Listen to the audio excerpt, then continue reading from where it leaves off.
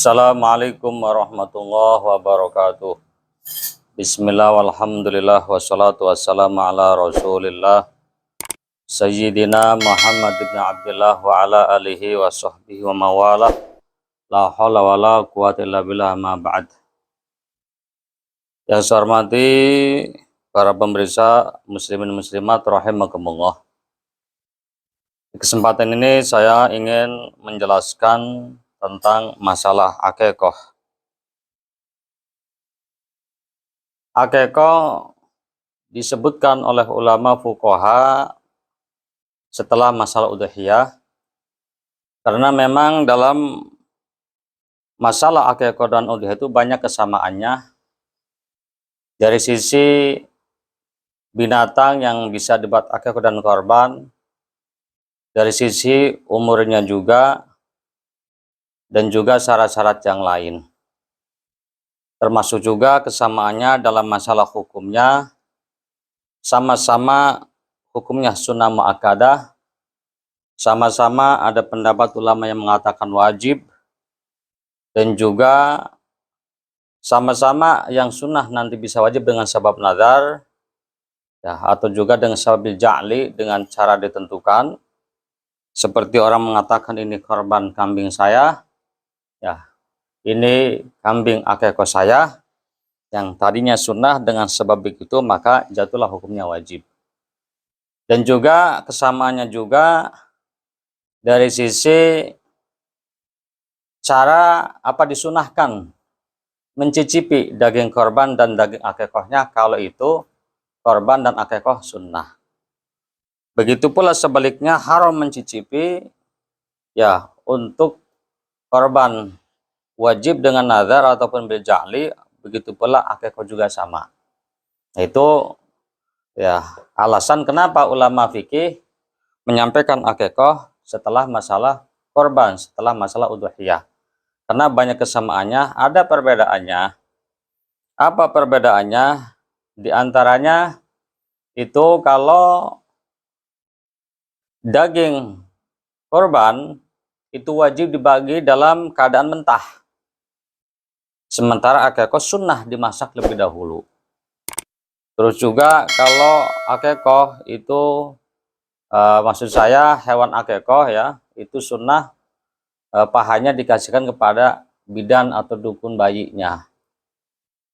Terus juga kalau akikoh itu orang kaya bisa memiliki, artinya bisa menjual yang didapat. Beda dengan korban. Kalau korban orang kaya nggak bisa menjual, dia hanya bisa memakan, memberikan hidangan kepada tamu, ya, terus juga disedekahkan. Dia menjual nggak bisa, ya. Nah, itu diantara perbedaan, ya, antara udhiyah dan akikoh. Baiklah para pemirsa, jadi akikoh itu salah satu tradisi yang sudah ada sebelum Islam datang. Ada 3 tradisi yang itu dilakukan oleh masyarakat orang Arab, ya, atau boleh dikata masa jahiliyah. Itu apa? Itu tradisi faro, atiroh, dan satu lagi akikoh.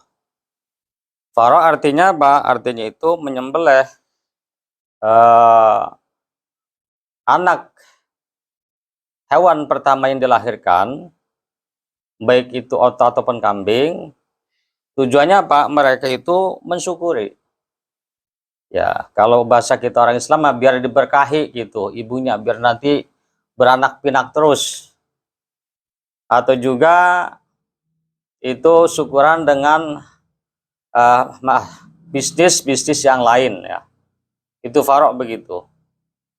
Nah, kalau atiroh itu adalah menyembelih hewan di 10 pertama bulan Rajab. Oleh karenanya sebagian ulama mengatakan Rajab itu atiroh satu sama gitu, walaupun ada yang membedakan antara atiroh dengan Rajabiyah. Nah, kalau akikoh itu sama pengertiannya, ya, dengan kita di Islam, cuma ada yang perlu diluruskan. Jadi akikoh pun udah ada dari zaman jahiliyah. Nah, cuma oleh syariat kita, ya, oleh agama Islam, diteruskan dan diamini. Cuma ada yang diluruskan apa? Kalau dulu di masa jahiliyah itu kalau orang akikoh itu darahnya diusapin di kepala si jabang bayi. Nah, Rasulullah datang membenarkan itu akikoh ya, dan mengatakan sunnah, tetapi diganti dengan diolesi dengan minyak za'faron. Kalau nggak ada ya bisa minyak yang lain. Nah, untuk faro dengan atiroh, menurut madhab kita Imam Syafi'i ya, itu kesunahannya sudah dinasakh, sudah dihapus. Walaupun di sini ada khilaf panjang di antara ulama ya, dia mengatakan tetap disunahkan. Menanggapi hadis la faro wal atiroh, apa kata ulama-ulama yang mengatakan tetap disunahkan? La faro'a wajibun wal atirota wajibatun. Ya, enggak ada faro yang itu wajib ataupun yang atiroh yang wajib. Yang ada tuntutan sunnah.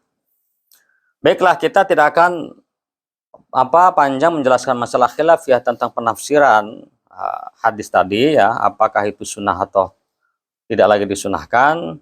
Kita akan fokus membahas pandangan paparan akikoh dalam pandangan mazhab Imam Asy-Syafi'i. Jadi dalam pandangan mazhab kita, akikoh itu hukumnya sunnah muakkadah. Ya, sunnah yang sangat dianjurkan ya, berdasarkan dalil hadis al-ghulam murtahanun bi'aqiqatihi, bahwa anak itu tergadaikan atau digadaikan dengan akikohnya. Artinya tersandera, tidak bisa tumbuh seperti kebanyakan anak-anak pada umumnya, atau tersandera sebagaimana tafsiran Imam Ahmad dan juga ulama yang lainnya, dia itu nanti tidak bisa memberikan syafaat kepada kedua orang tuanya ataupun orang-orang terdahulu daripada kedua orang tuanya. Ada penafsiran lagi apa? Tersandera tidak bisa nanti berbakti kepada kedua orang tuanya. Nah, untuk bisa itu semua, maka ditebus dengan akikoh. Nah, dari sini ya dasar daripada hukum sunnah akikoh. Nah, siapa yang itu dianjurkan untuk menjalankan atau melakukan akikoh sunnah, yang disunahkan itu siapa? Itu adalah orang yang harus memberikan nafkah.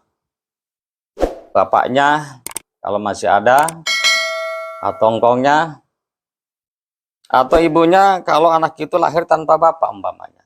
Ya. Itu yang dituntut untuk menjalankan sunnah akikoh. Kapan? Afdolnya itu di hari ke-7 dari kelahiran.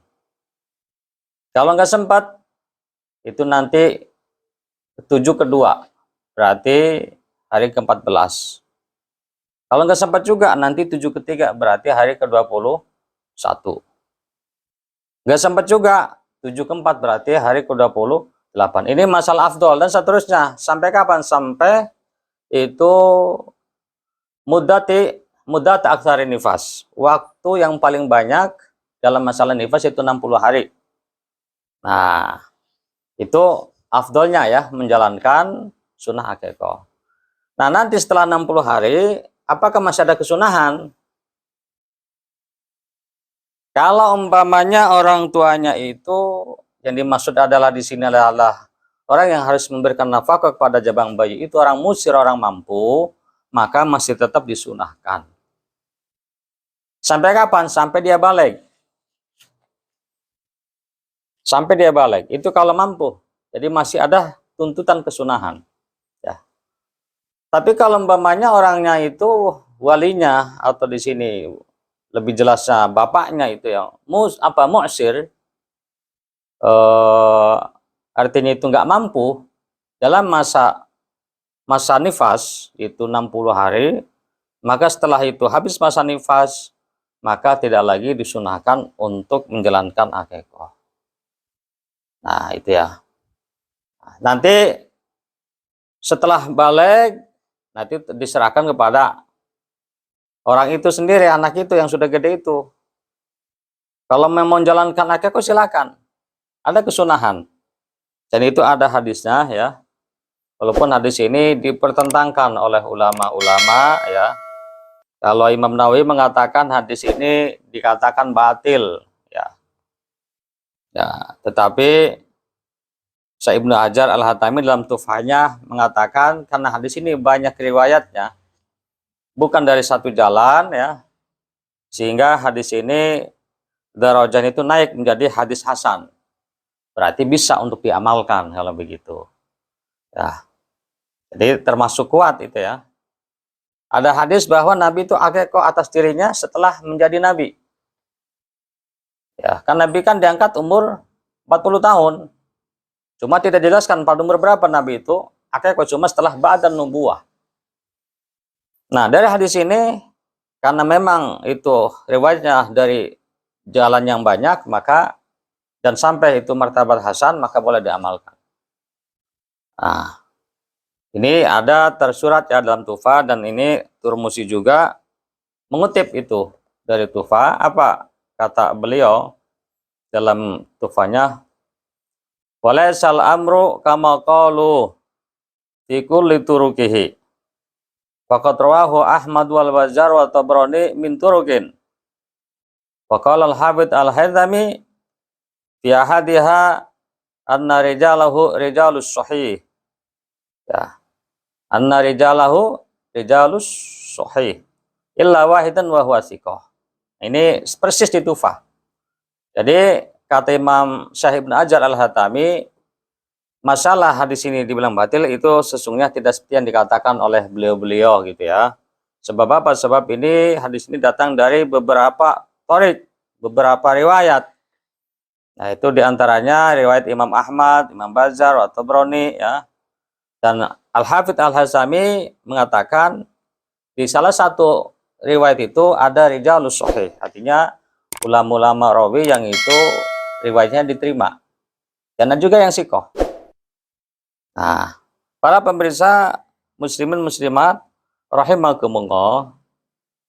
Nah, hewannya yang saya sampaikan tadi sama dengan korban. Ya, akikah sama dengan korban. Cuma sempurnanya itu untuk laki-laki 2, perempuan 1 ya. Lil gulam syatan walil jariyati syatun. Itu hadisnya begitu. Tapi ada yang mengatakan ya, juga berdasarkan hadis itu mazhab Imam Malik, untuk laki-laki boleh 1.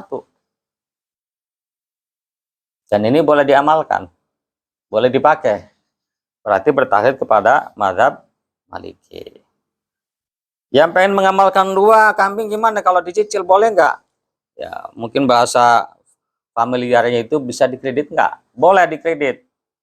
Pemainnya 1 di hari ke-7 akikoh. Terus 1 lagi di hari yang lainnya, boleh nggak? Boleh. Nah itu masalah hewan ya, masalah kambingnya. Nah, boleh juga pakai sapi atau pakai onta. Berarti sepertujuhnya. Ya, kalau untuk perempuan ya, kalau untuk laki-laki berarti 2/7 dari sapi atau onta. Ini pendapat, tapi dia mengatakan nggak boleh kudu kambing katanya. Nah, ini perlu ya, perlu diketahui, dipahami. Tetapi ini kil bahasanya. Wakila dikatakan kalau sapi dan onta itu nggak boleh. Tapi dan biasa kalau kil itu kalau bahasa dunia segotu tamrid. Artinya segot yang lemah itu. Jadi berarti gimana kesimpulannya ya, alangkah baiknya karena di sini khilafiyah kalau akikah itu memakai kambing. Nah, terus yang perlu dipahami dan kita ingat bersama ya harus kita pahami itu ketika akikah itu jadi akikah wajib dengan sebab nazar atau dengan sebab bilja'li, dengan cara ditentukan ini kambing akikah anak saya umpamanya. Apa yang perlu dipahami itu orang yang wajib dikasih nafkah dan dia sendiri yang ngasih nafkah, nggak boleh makan itu kambing akikah itu, dagingnya nggak boleh, harus dikasihkan kepada semua orang dan juga khusus orang fakir miskin. Nah, ini masalah kan, masalahnya apa, kan biasanya tradisi di kita Indonesia itu kalau akikah itu ngundang orang, kerabatnya ya, saudaranya dekat jauh, yang kaya miskin, tetangga juga sama, diundang itu. Sebisa mungkin syukuran konsumsi yang disiapkan. Nah, ini dilemanya ketika itu kambing akekahnya itu jadi wajib dengan sebab nadar atau dengan sebab bil ja'li ditentukan. Dilemanya apa? Yaitu orang kaya nggak bisa makan. Nah, maka disinilah perlunya para pemirsa muslim-muslimat rahimakumullah kita memahami masalah hukum di sini. Ya, kita bisa membedakan mana korban sunnah, mana korban wajib. Mana akekah sunnah, mana akekah wajib, nanti apa? Itu hubungannya dengan masalah hukum memakannya. Orang kaya nggak bisa kalau nadar itu. Orang kaya nggak bisa kalau itu kambingnya itu wajib dengan bil ja'li. Nah, begitu pula nanti dengan masalah menjual dagingnya juga sama. Yang pada intinya di sini para pemirsa ya, yang perlu kita pahami apa? Yaitu ketika akekah itu jatuh wajib karena sebab nadar atau dengan sebab bil ja'li. Yang perlu diwaspadai itu apa? Dia orang yang wajib ngasih nafkah kepada jabang bayi dan orang-orang yang itu dinafkahi sama dia tidak boleh mencicipi daging itu. Lalu gimana solusinya? Solusinya beli daging kambing atau daging apa kayak ya di pasar. Nah, nanti boleh dimasak bareng. Nanti seukuran dia beli daging itu nanti boleh diambil dan dimakan untuk keluarganya. Itu solusinya. Ya, itu saja ya yang kita sampaikan dalam masalah akekah. Ya, kurang lebihnya mohon maaf. Kalian ada yang mau nanya masalah ini? Ada nggak? Ustaz Firman? Kalau nggak ada kita tutup ya. Saja. Ya, kita sambung pada kesempatan yang sama. Assalamualaikum warahmatullahi wabarakatuh.